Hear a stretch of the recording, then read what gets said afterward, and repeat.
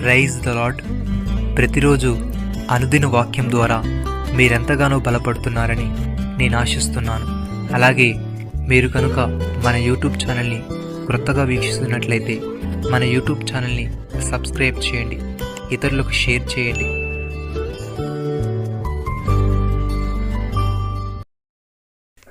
యెహోవాయే నీ ప్రాణమునకును నీ దీర్ఘాయుష్యునకును మూలమయ్యున్నాడు. కాబట్టి నీవును నీ సంతానమును బ్రతుకుచ్చు నీ ప్రాణమునకు మూలమైన నీ దేవుడైన యెహోవాను ప్రేమించి ఆయన వాక్యమును విని ఆయనను హత్తుకున్నట్లును జీవమును కోరుకొనుడి. ద్వితీయోపదేశకాండము 30వ అధ్యాయము 20వ వచనము. ప్రియమైన సహోదరి సహోదరులారా, మన ప్రభువు గొప్పవాడు, ఆయన అధిక శక్తి గలవాడు, ఆయన జ్ఞానమునకు మితి లేదు. యెహోవా దీనులను లేవనెత్తువాడు, భక్తిహీనులను ఆయన నేలను కూల్చును. కృతజ్ఞతాస్తులతో యెహోవాను కీర్తించుడి, సితారతో మన దేవుని కీర్తించుడి. ఆయన ఆకాశమును మేఘముతో కప్పువాడు, భూమి కొరకు వర్షము సిద్ధపరచువాడు, పర్వతముల మీద గడ్డి మొలిపించువాడు. పశువులకును ఆర్చుచుండు పిల్ల కాకులకును ఆయన ఆహారం ఇచ్చువాడు. గుర్రముల బలముల యందు ఆయన సంతోషించడు, నరిలి కాలు సత్తువ యందు ఆయన ఆనందించడు. తన యందు భయభక్తులు గల వారి యందు, తన కృప కొరకు కనిపెట్టు వారి యందు యెహోవా ఆనందించువాడై ఉన్నాడు. భక్తుడి విధంగా అంటున్నాడు, దేవుడు యథార్థవంతుడు, యెహోవాకు నిర్మలము, తన జరుండజొచ్చిన వారందరికీ ఆయన కీయడము. యెహోవా తప్ప దేవుడేడి, మన దేవుడు తప్ప ఆశ్రయదుర్గమేది. నాకు బలము ధరింపజేయవాడు ఆయనే, నన్ను యథార్థ మార్గమును నడిపించువాడు ఆయనే. ఆయన నా కాళ్ళు జింక కాళ్ళ వలె చేయుచున్నాడు, ఎత్తైన స్థలముల మీద నన్ను నిలుపుచున్నాడు. నా చేతులకు యుద్ధము చేయ నేర్పువాడు ఆయనే, నా బాహువులు ఇత్తడి విల్లును ఎక్కుపెట్టును. నీ రక్షణ కీడమును నాకు అందించుచున్నావు, నీ కుడి చేయి నన్ను ఆదుకొనెను, నీ సాత్వికము నన్ను గొప్ప చేసెను. సహోదరి సహోదరులారా, యెహోవా నాకు ఆధారము, కావున నేను పడుకొని నిద్రపోయి మేలుకొందును. 10,000 మంది దండెత్తి నా మీదికి వచ్చి మోహరించినను నేను భయపడను. యెహోవా లెమ్ము, నా దేవా నన్ను రక్షింపుము. నా శత్రువులందరి దవడ ఎముకను మీద కొట్టువాడవు నీవే, దుష్టుల పళ్ళు విరగొట్టువాడవు నీవే. రక్షణ యెహోవాది, నీ ప్రజల మీదికి నీ ఆశీర్వాదము వచ్చునుగాక.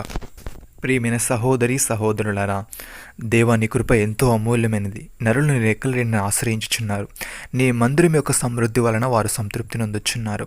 నీ ఆనంద ప్రవాహంలోనిది నీవు వారికి త్రాగించుచున్నావు.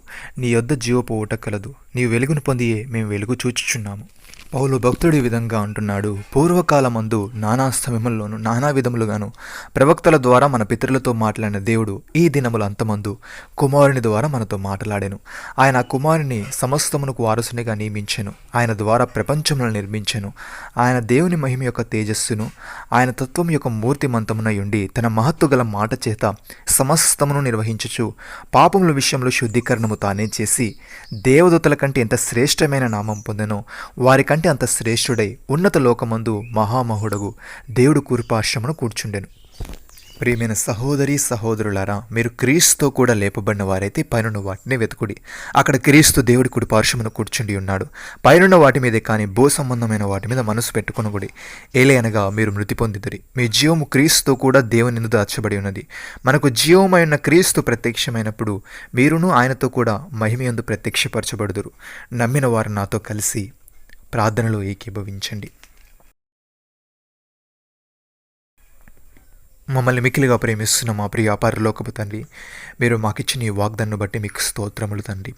మేము నిన్ను ప్రేమిస్తూ నీ వాక్యమును విని నిన్ను హత్తుకున్నట్లు జీవమును కోరుకునే వారముగా ఉండుటకు సహాయం దయచేయమని, భూ సంబంధమైన వాటి మీద మా మనస్సు పెట్టుకొనకుండా పైనున్న వాటి మీదే మేము వెతుకుతూ నీ రెక్కల నీడను ఆశ్రయించి నీ మందిరం యొక్క సమృద్ధి వలన సంతృప్తి నొందుటకు కృప చూపమని, నీ దీవెన ఆశీర్వాదాలు మాపై సమృద్ధిగా మీరే కృమ్మరించమని, మీరు మాకు ఇచ్చిన ఈ గొప్ప రక్షణ భాగ్యమును బట్టి మీకు వందనాలు చెల్లిస్తూ ప్రభువైన యేసు క్రీస్తు నామములో ప్రార్థిస్తున్నాము తండ్రి.